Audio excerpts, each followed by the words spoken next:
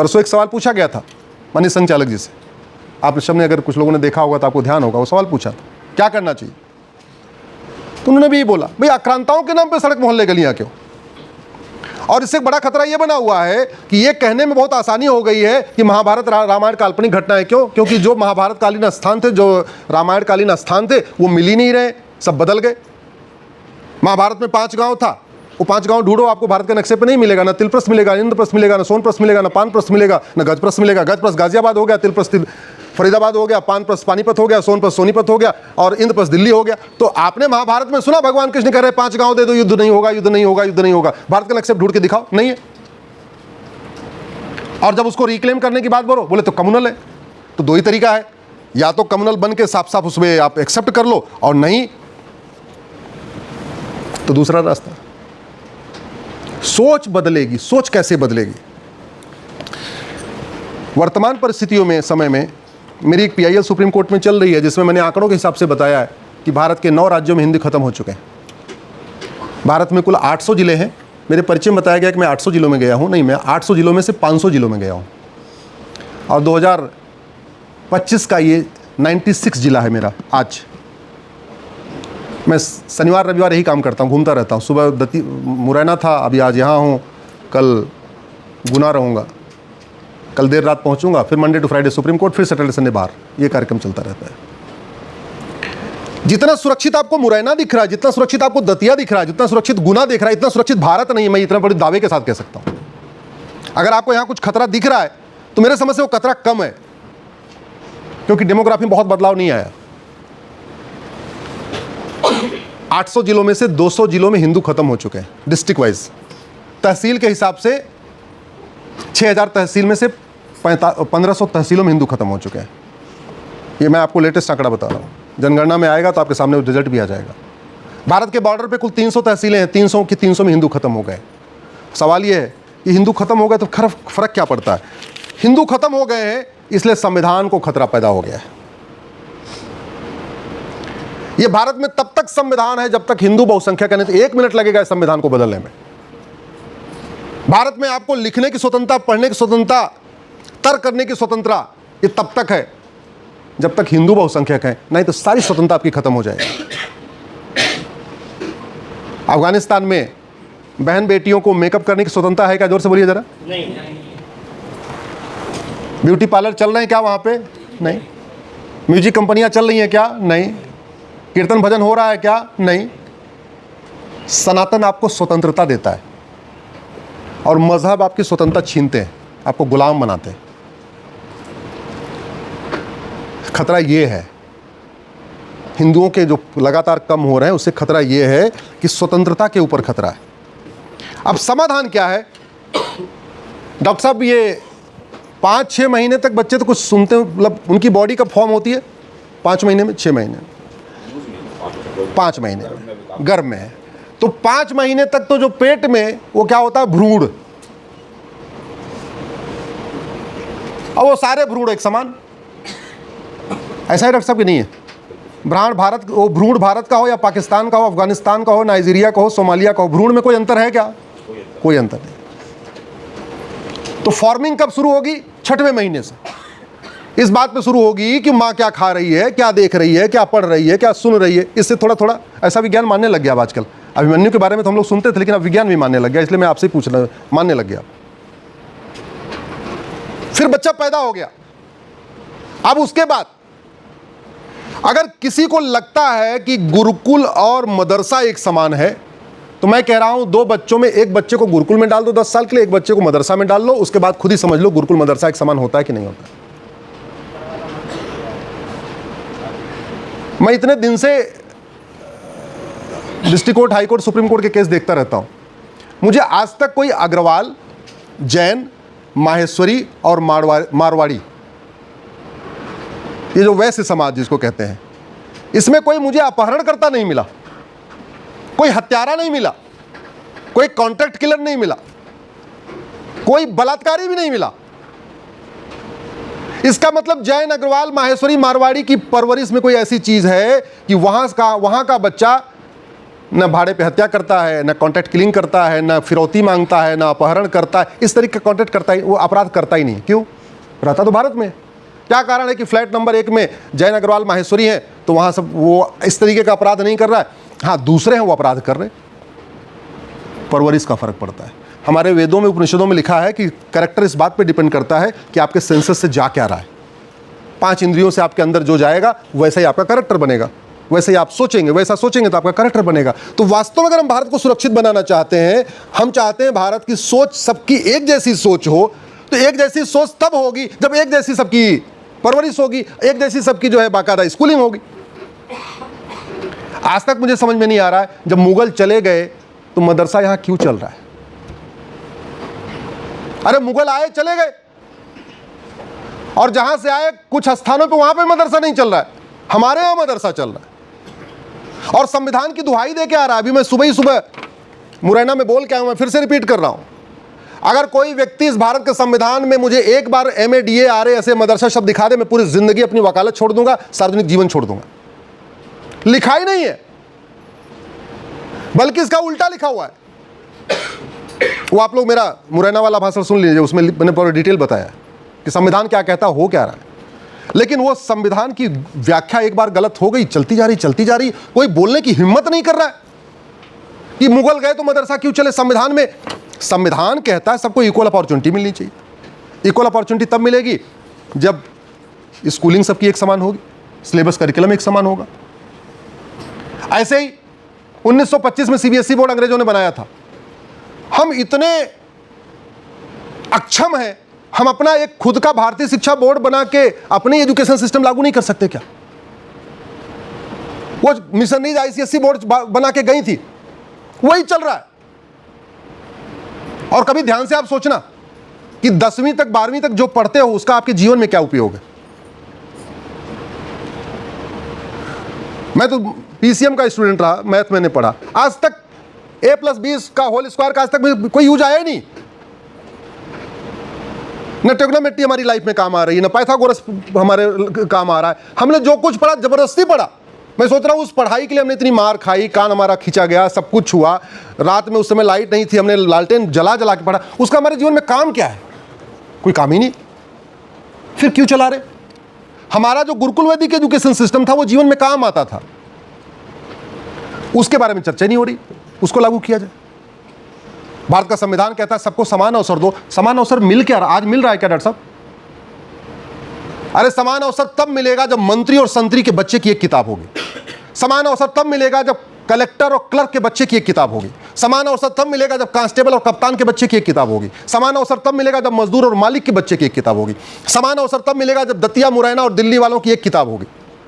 समान अवसर तो तब मिलेगा जब 1 नेशन 1 सिलेबस होगा, 1 नेशन 1 एजुकेशन बोर्ड होगा, 1 नेशन 1 करिकुलम होगा। और सिस्टम कैसा हाईजैक हो गया, जो पढ़ाया जाता है वो पूछा नहीं जाता, जो पूछा जाता है वो पढ़ाया नहीं जाता। हम लोगों के समय में हम लोग केवल ट्यूशन पढ़ के जिसको इंजीनियरिंग करना होता था इंजीनियरिंग कर लेता था, मेडिकल करना होता, आपने शायद कोचिंग नहीं किया होगा। आज स्कूल का टॉपर भी हो, जब तक वो कोचिंग नहीं करेगा ना उसका IIT में सिलेक्शन होगा ना MBBS में सिलेक्शन होगा। तो किस काम का एजुकेशन सिस्टम है? जब कोचिंग कराना है तो फिर 10वीं 12वीं पैसा क्यों खर्च करे? 10वीं 12वीं करना है तो फिर कोचिंग क्यों करा रहे? कोचिंग माफियाओं ने सिस्टम को ऐसा हाईजैक कर लिया कि जो पूछा जाएगा नीट में, JEE में, NDA में, क्लैट में, CUT में, वो पढ़ाया नहीं जाएगा 10वीं 12वीं में, और जो पढ़ाया जाएगा वो उधर पूछा नहीं जाएगा। आपको मजबूर कर दिया जाएगा और कोचिंग करो। हमारे परिवार तबाह हो रहे हैं, परिवार बिगड़ते चले जा रहे हैं, ज्वाइंट फैमिली का सिस्टम खत्म हो चुका है, पिता पुत्र एक साथ रह नहीं पा रहे हैं, सारे हमारे संस्कार, हमारे त्योहार सब कुछ डिफॉर्म होते चले जा रहे हैं। किसकी वजह से? इस मैकाले मदरसा मिशनरी एजुकेशन सिस्टम की वजह से। बदलाव कब आएगा? बदलाव तब आएगा जब समाज इसके लिए डिमांड करेगा, सब लोग इसकी डिमांड करेंगे। आप लोगों ने, कितने लोगों ने अष्टांग योग पढ़ा अपने स्कूल में? पढ़ा क्या? अष्टांग योग आपके जीवन में काम आएगा। अष्टांग योग पढ़ाना चाहिए, नहीं पढ़ा है। सारे हिंदू हैं। What is the main pillars of Sanatan? पढ़ाया क्या? नहीं पढ़ाया। वो पढ़ते, वो आपके जीवन में काम आता। अगर हम अपने स्कूल में पढ़ते 5 pillars of Jainism, 5 pillars of Sikhism, 5 pillars of Buddhism, the 10 pillars of Sanatana, Ashtanga yoga पढ़ते, यम नियम पढ़ते, आसन प्राणायाम पढ़ते, सत्य हिंसा अस्तेय अपरिग्रह ब्रह्मचर्य पढ़ते, ये सब पढ़ते तो हमारे जीवन में काम आता, हमारा संस्कार अच्छा होता। लेकिन बिगड़ा हुआ है और उसका असर ये हो रहा है कि परिवार के परिवार टूटते जा रहे हैं और परिवार जो टूट रहे हैं वो तो टूट ही रहे हैं। सबसे बड़ी दिक्कत ये हो रही है, जाति का नेता आ रहे हैं, जाति का जहर घोल के चले जा रहे हैं, नेता आ रहे हैं, भाषा का जहर घोल के चले जा रहे हैं, नेता आ रहे हैं, क्षेत्र का जहर घोल के चले जा रहे हैं, कोई अगड़े पिछड़े के आधार पर लड़ा दे रहा है, कोई कुछ कर दे रहा है, कोई कुछ कर दे रहा है, पूरा मतलब सत्यानाश करने पर लगे हुए। अगर हमने वास्तव में अपनी स्कूलिंग किया होता तो हमें कोई लड़ा नहीं पाता, हमें कोई तोड़ नहीं पाता। अगर हमने भारतीय शिक्षा व्यवस्था लागू किया होता तो जातिवाद तो अपने आप ही खत्म हो गया होता। बच्चे अगर पढ़ लेते कि भैया ये सुमंत और दशरथ जी ये दोनों जाति के नहीं है, वो राजा हैं, वो मंत्री हैं, लेकिन दोनों का कास्ट अलग अलग है, पढ़ लेते स्कूल में, खत्म हो जाता कास्ट सिस्टम।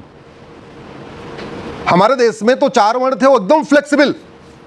ब्राह्मण का लड़का वैश्य कहलाता था, वैश्य का लड़का क्षत्रिय कहलाता था, क्षत्रिय का लड़का बाद में पता चला तो ब्राह्मण कहलाया। कितने एग्जाम्पल है, पढ़ाया क्या नहीं पढ़ाया। और फिर हमें वामपंथी आके पढ़ा के चले जा रहे हैं कि जी वो पता नहीं कितने साल से हमें शोषण हो रहा है, कितने साल से ये हो रहा है, कितने साल से वो हो रहा है, और फिर पढ़ा के चले गए तो छुआछूत है, ये है वह, दुनिया भर की कहानी। क्यों? क्योंकि हमें पढ़ाया नहीं गया। अब समाधान यही है कि भारत में सबसे जो पहली आवश्यकता है, चूँकि आपका विषय राष्ट्र के समक्ष संभावित खतरे है और उसका समाधान है, तो मैं ये कहता हूँ जो राष्ट्र के समक्ष सबसे बड़ा खतरा ये है कि जो हम पढ़ रहे हैं उसमें आधा झूठ है, हम जो पढ़ रहे हैं उसमें आधा हमारे काम का नहीं है, हम जो पढ़ रहे हैं वो केवल और केवल मैकेनिकल स्टडी कर रहे हैं, ना हमारे संस्कार बढ़ रहे हैं, ना हम शारीरिक रूप से मजबूत हो पा रहे हैं, ना हमारे नैतिक रूप से हो पा रहे हैं, ना आध्यात्मिक रूप से मजबूत हो पा रहे हैं। सबसे बढ़िया समाधान यही है कि भारत में ये जो 65 तरीके के एजुकेशन बोर्ड चल रहे हैं इनको ख़त्म कर दिया जाए और भारत में यूनिफॉर्म एजुकेशन सिस्टम लागू किया जाए। भारत का संविधान भी यही कहता है और भारत की प्राचीन परंपरा भी यही है। मानव इतिहास में सबसे पहले यूनिफॉर्म एजुकेशन सिस्टम राजा रघु ने लागू किया था, जो भगवान श्री राम के परदादा थे। और उनके यूनिफॉर्म एजुकेशन सिस्टम का नतीजा ये हुआ कि दशरथ जी जो राजकुमार थे और सुमंत जी जो नाविक के बेटे थे, दोनों की कास्ट अलग थी, दोनों का क्लास अलग, कास्ट तो थी नहीं, दोनों का क्लास अलग था, दोनों की आर्थिक स्थिति अलग अलग थी, फिर भी दोनों एक साथ एक स्कूल में पढ़े और फिर दशरथ जी की सुमंत से दोस्ती हो गई और उन्होंने अपना महामंत्री बना लिया। हम अभी जिस सामाजिक समरसता की बात कर रहे हैं, समान शिक्षा से सामाजिक समरसता ठीक हो जाएगी, मैं गारंटी के साथ कहता हूं। भारत की शिक्षा व्यवस्था हमने लागू किया, कुटुंब प्रबोधन का आधा काम हो जाएगा। भारत की शिक्षा व्यवस्था हमने लागू किया, जातिवाद, भाषावाद, क्षेत्रवाद आधा अपने आप खत्म हो जाएगा। और भारत की शिक्षा व्यवस्था हमने लागू किया तो मजहबी उन्माद भी खत्म होगा, कट्टरवाद भी खत्म होगा, धर्मांतरण भी खत्म होगा और जो अराजकता फैल रही वो भी खत्म होगा। क्योंकि जब वो स्कूल ही नहीं रहेगा पाक ना पाक की सोच वाला, तो फिर धर्मांतरण आदमी क्यों कराएगा। अभी तो धर्मांतरण इसलिए करा रहे हैं ना कि भैया हम धर्मांतरण करा लेंगे तो हमको जन्नत मिलेगी। जब समझ में आ गया नहीं धर्मांतरण जन्नत तो नहीं मिलती, आज तक किसी को नहीं मिली, ना उसामा बिन लादेन को मिली, ना जिन्ना को मिली, किसी को नहीं मिली, आज तक मिली नहीं।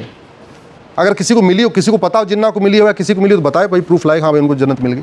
हमको नहीं लगता मिली है। समाधान यही है कि इसको, अच्छा कुछ लोगों को लगता होगा कि जो भारत की शिक्षा व्यवस्था थी वैदिक, जिसको हम कहते हैं वैदिक गुरुकुल शिक्षा व्यवस्था, वो तो ऐसे ही थी। आज हमारा अगर फर्स्ट से लेके ग्रेजुएशन तक टोटल कितने साल लगते हैं? 15 साल। 5 साल प्राइमरी, 3 साल जूनियर, 2 साल सेकेंडरी, 2 साल हायर सेकेंडरी, 3 साल का ग्रेजुएशन, टोटल कितने हो गए? 15। हमारा जो वैदिक गुरुकुल शिक्षा व्यवस्था थी वो भी 15 साल की थी, लेकिन वो 555 मॉडल थी। 5 साल का प्राइमरी, 5 साल सेकेंडरी, 5 साल ग्रेजुएशन। 5 साल के प्राइमरी में कोई विषयों का ज्ञान नहीं, केवल नैतिक शिक्षा, एथिक्स, मोरालिटी, हेल्थ, हाइजीन, योग, प्राणायाम, अष्टांग योग, केवल और केवल चरित्र निर्माण। 5 साल केवल चरित्र निर्माण। उसके अगले 5 साल विषयों का ज्ञान। ज़्यादातर लोग इतना 10 साल पढ़ते से ज़्यादा नहीं पढ़ते थे, बहुत कम लोग होते थे जो अगला वाला 5 साल करते थे, वो बहुत कम ही होते थे। 10 साल में फिर अपने अपने काम में लग गए, सब अपने अपने पिताजी का जो काम था, कोई वैद्य था, कोई कुछ था, कोई पंसारी था, कोई लोहार था, जो जिसके साथ था अपने काम में लग जाता था। अपनी नैतिक शिक्षा ले लिया, शारीरिक शिक्षा ले लिया, सब कुछ ले लिया, उसके बाद अपने काम में लग गए। 1811 में जब इंग्लैंड में पहला स्कूल खुला था, उस समय भारत में लगभग 7.5 लाख गुरुकुल थे। इंग्लैंड में जब पहला स्कूल खुला था तो भारत में कितने गुरुकुल थे? जोर से बताइए।